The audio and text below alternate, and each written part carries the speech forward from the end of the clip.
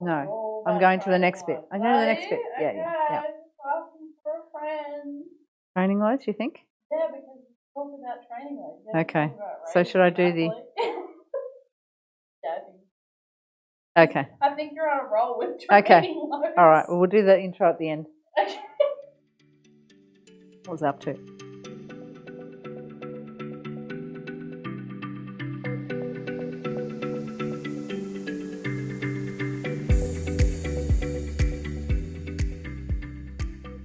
Hi and welcome back to The Connected Athlete. I'm joined here by Elkie, and today we're going to be talking about training loads and overtraining. Over the years, I've had a lot of conversations with parents about how do I get my athlete to where they're going? What are the things that I need to provide as a parent or even as a coach or a mentor? What are the things that I need to focus on to make sure that they get the best out of their performance, but also balance that out with the rest of their life? Often the conversation comes about because the athlete has started to show some potential and is getting into rep teams and potentially state teams, and those things are starting to take their toll in terms of time. So athletes are having to go to their club training and their rep training, and then they have state training commitments, they have tournaments, they have competitions, they have all sorts of things that they need to combine and try and work out. One of the questions around that is, what training should they attend? Which ones are the most important ones? And what am I going to do to try and control that for my athlete? Because the athlete will want to go to all of them. Most athletes love going to training and playing as much as they possibly can, and often more than one sport. Sometimes it gets to a point where there needs to be a decision made on, are they doing multiple sports, and can that change? Can we reduce the amount of training sessions they're doing in their non-dominant sport so that they can then focus on their dominant sport? It doesn't mean they need to give up their other sport, because all of the research suggests that kids should be doing as many different sports as they can as a young person and not specialise early. And that's because it leads to better strength, conditioning, change of direction, reducing injury risk, improved balance, coordination, stability. There's so many things that are good about not just doing one sport, but prioritising the right training at the right time and not overtraining and not getting to training fatigue and competing fatigue is a really hard balance for some kids and parents particularly. So what do we do? Well, the answer is not exactly black and white, because it does depend on the athlete. It depends on how long the training sessions go for, whether there's travel involved with those training sessions, whether they're doing other things on top of that. So, for example, if they are playing soccer and they play Saturday for juniors, Sunday they play in the senior competition, they train Monday, Tuesday, Thursday for their sport. They also go for a run 2 days a week. They go to the gym 2 days a week. They compete for the school in a different sport. They're also doing some swimming in the morning. We need to start to prioritise and pick out what is going to improve their performance and not pull away from their performance. And that's a balancing act in itself. So often this can be quite the juggle, because you're negotiating not only with your athlete who wants to go to all of these things and doesn't want to give up anything, you're trying to have a conversation with a coach of each team and potentially the coach that might be looking after them in the gym, their swimming coach, their running coach, their sport coach, and it can become very difficult to work out what's going on. As I said before, there's not necessarily a strict answer, but at the end of the day, you need to make sure that the time spent doing these things is of a good quality. So if our athletes are going out for a run and they're just cruising around and not really getting anything out of their training, why are they doing this training? Is it recommended? Is it something they need to be doing? Could they be reducing the amount of time they're running but getting more out of that session by being deliberate about that training? Is the swimming a really good cross-training kind of situation? So it's actually helping with their recovery. Well, that could be a thing. But if it's going for 2 and 2.5 hours, that may not be the best option. Often it is the club training that needs to be the one that is affected, because we want our athletes training at the highest level that they can. So there may have to be a sacrifice. That means that you as a parent need to have that conversation with your athlete and also with the coach. And that can be extremely difficult, because that coach looks at their team and says, yeah, but I need them in my team because they are one of the better players. And without that player in the team, or without that player at training, it does change the dynamic. And then you have other kids saying, well, why doesn't little Johnny have to go to training? I have to go to training. Why doesn't he have to go to training? So there's lots of things that we need to consider. What are your thoughts on, we've previously talked about if you're injured, going to training is still a great option. So for the kids that they're obviously not injured, but they shouldn't be playing due to chronic pains that come alongside playing their sport, such as netballers, they most commonly get knee pain, and avoiding impact and running around on the courts, for rep, for club, for fitness, avoiding all of those at once is probably best. What are your thoughts on sending them to training, being there with the team, but not being on the court 24/7, basically? It's a really interesting question, because often we're trying to give them time out when they're overtraining. When they're doing too much, we want them to reduce the amount of training they're doing. If you send them to training, they're likely to be more frustrated by that, because they're watching everyone else train. So it is a difficult balance. For example, I recently had an athlete who was training every morning and every afternoon and playing on a Saturday and a Sunday, who had developed extreme fatigue and had all sorts of blood tests with doctors, and they were trying to work out why this athlete was so tired all the time. They went to a nutritionist. To be fair, they needed to eat more. That was rectified by his parents. The energy levels went up a little bit, but it wasn't really changing much. Then we had a look at the sleep side of things, and certainly he was having some sleep issues. So addressing those was really important. But at the end of the day, it actually came down to the amount of minutes he was training. And the parents involved were extremely good at trying to work out how to help this athlete. The thing that we realised was he wasn't only just training in the morning and in the afternoon, he was going into his bedroom at night and doing 100 push-ups, 100 squats, 100 sit-ups. And then during lunchtime at school, he was playing soccer at school.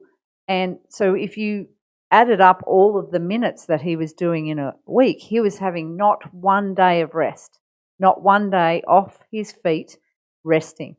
And for a growing body particularly, that is a huge thing, because we need rest. We've talked about the importance of sleep and regeneration and giving our body that opportunity to recover. When we exercise, we put stress on our body. We have stress on our heart, stress on our muscles, stress on our tissues, our bones. Everything is impacted when we exercise. That's the good thing about exercise, is it places a stress on the body. Our body adapts to that. We get fitter, stronger, faster, more mobile, whatever it might be that we're training for. But we can push it too far, to the point where we can't catch up, we can't recover, we can't regenerate, we can't adapt. And then our body starts to work in the opposite. It's being overtrained and overstimulated and overworked. And then it starts to drain on our system. We start to have increased fatigue, more aches and pains because of the load. Being aware of how many minutes our athletes are on their feet doing exercise, or in the pool, or wherever it might be, is really important. And there's no hard and fast rule, unfortunately, about how many hours we should be doing, but there's certainly recommendations around resting.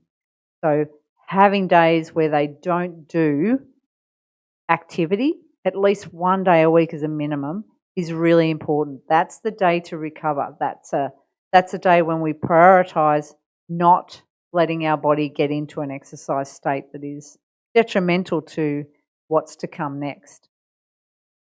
So when we talk about overtraining our athlete and what can have an impact, we need to also consider when they have an increase in their training load. So for example, they might normally train twice a week and play on the weekend, but all of a sudden school sport comes in and they're training for school sport during the week twice a week, and then they've also got an extra game. Now that's, if you've gone from 3 sessions a week, so 2 trainings and a game, and then now you're going to 4 trainings and 2 games, that's a 100% increase on the load on your body. Now the intensity might not be the same, but we need to be aware of that, because if you spike too much, your increased risk of injury is quite high.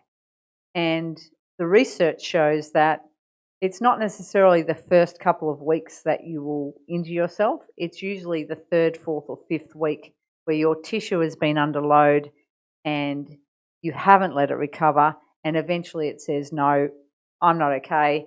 I'm going to let you know that I'm not okay.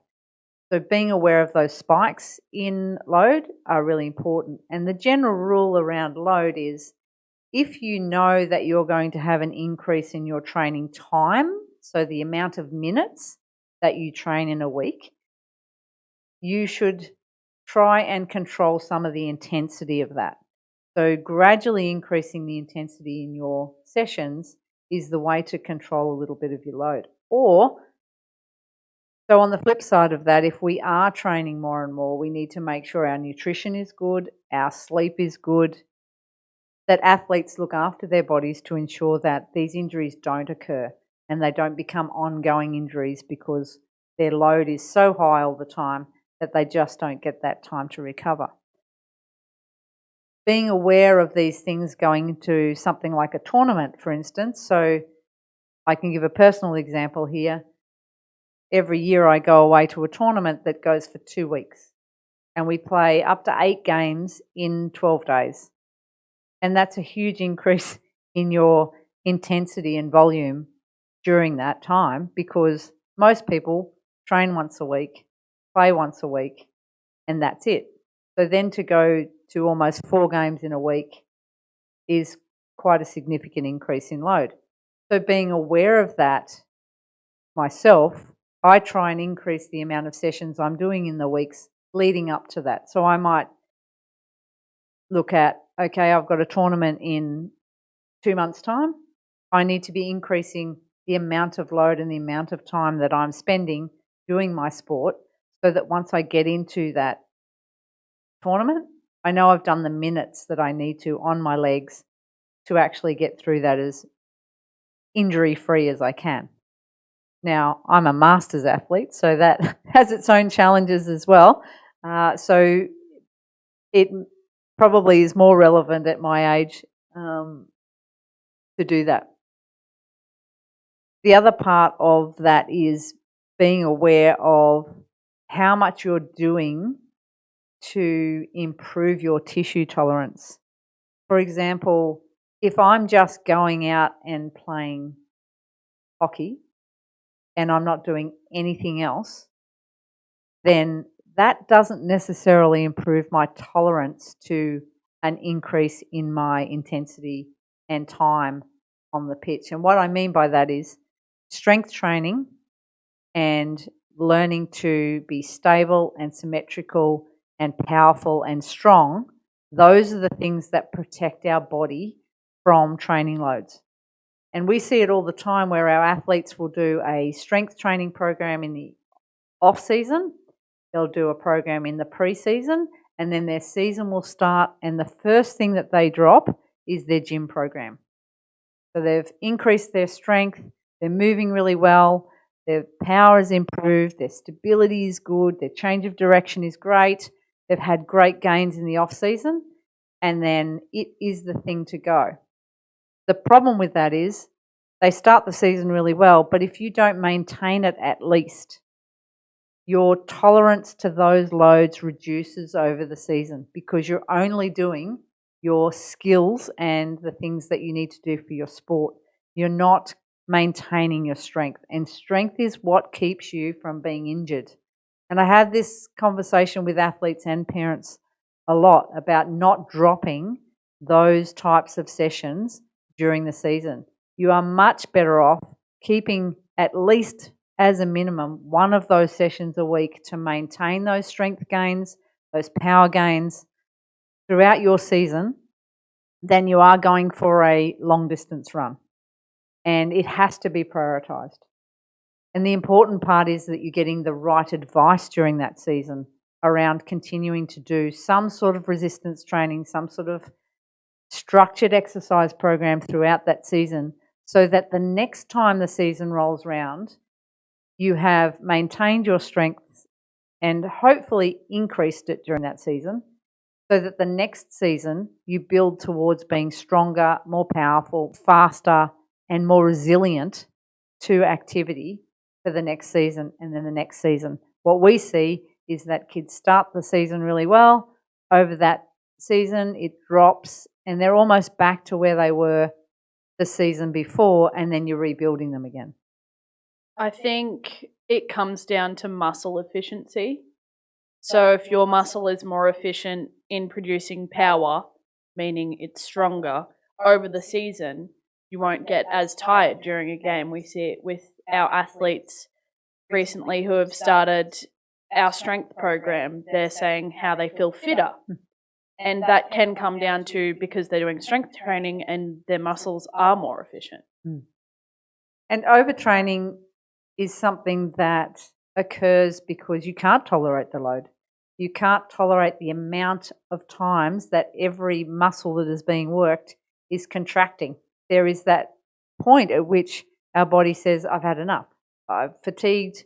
I can't contract properly anymore.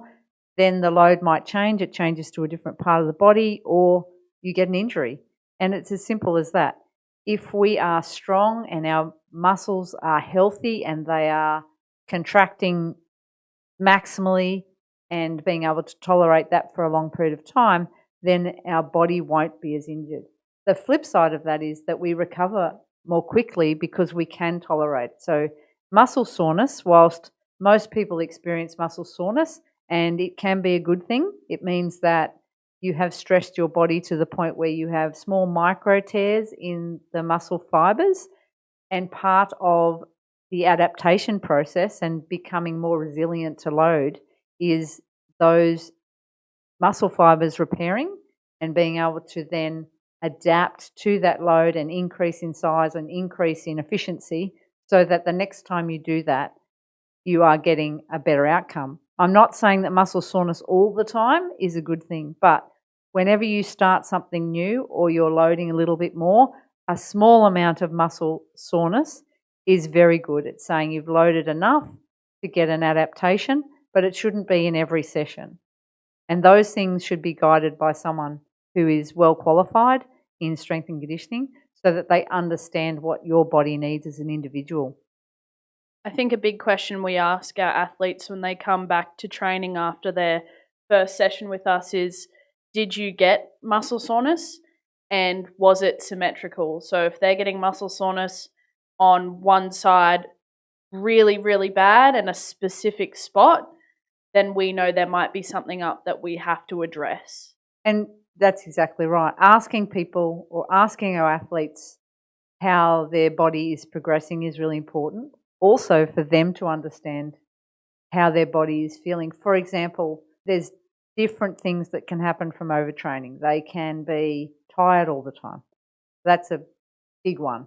But also they can be sore all the time. If they've got muscle soreness, joint soreness, just general fatigue, and they feel awful, then they're the things that we need to be aware of with our athletes.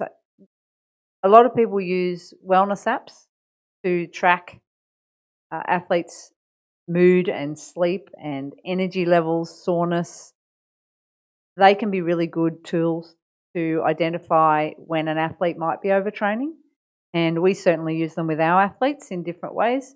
the most important thing is watching them, looking at them, playing, understanding where they're at when they're at home.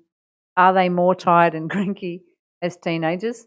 Are they more tired and cranky than they normally are? Are they struggling to do the day-to-day things? Do they start to say, oh, I can't be bothered going to training, I'm not enjoying it? Those things are signs that overtraining may be occurring for them. They may just be in a bad mood too. But I've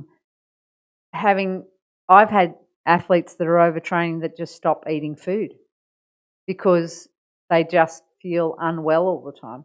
So as a parent and as a coach, it's really important that we identify when some of these kids are demonstrating overtraining markers. They're fatigued, they're grumpy, they're unmotivated, they're not playing well. Often when we're overtrained, we will not perform as we would normally because, again, we're not recovering, we're not getting back to our 100%.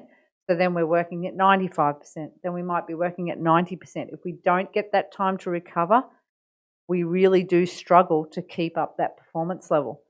And then there's the frustration around that. I'm doing all of this training, I don't understand why I'm not getting better or I'm not performing at the level that I need to. That's where the village comes in. We need to be identifying this for the athletes. They don't understand it necessarily. So we need to be keeping our eye out on each of the athletes. And that's part of your rapport building as a practitioner or as a coach or whoever might be involved, plus parents being aware of what might be changing for these athletes. Some of the indicators of overtraining are things that we need to identify as the village around the athlete and then have the conversation with them about how we can reduce the risk of overtraining and improve their performance as a result. Rest is our friend, and this is a really important thing to sell to the athlete, that rest can improve our performance. It's not missing out. It's not doing less than we need to be able to do. Training is about getting quality out of the time that we spend doing it and then resting when we don't need to. And that comes down to sleep, but also not attending some sessions that may be detrimental. If we're demonstrating some of those things that are overtraining markers, then rest is the answer. The other part of avoiding some of the overtraining indicators is recovery. And we'll be releasing a 100-point recovery system that we use, very simple system with our athletes that can help us come up with our recovery strategies for the week. And it will be discussed further in our recovery podcasts that will be coming up soon. So we hope that you've got something out of today, and just remember that rest is your friend.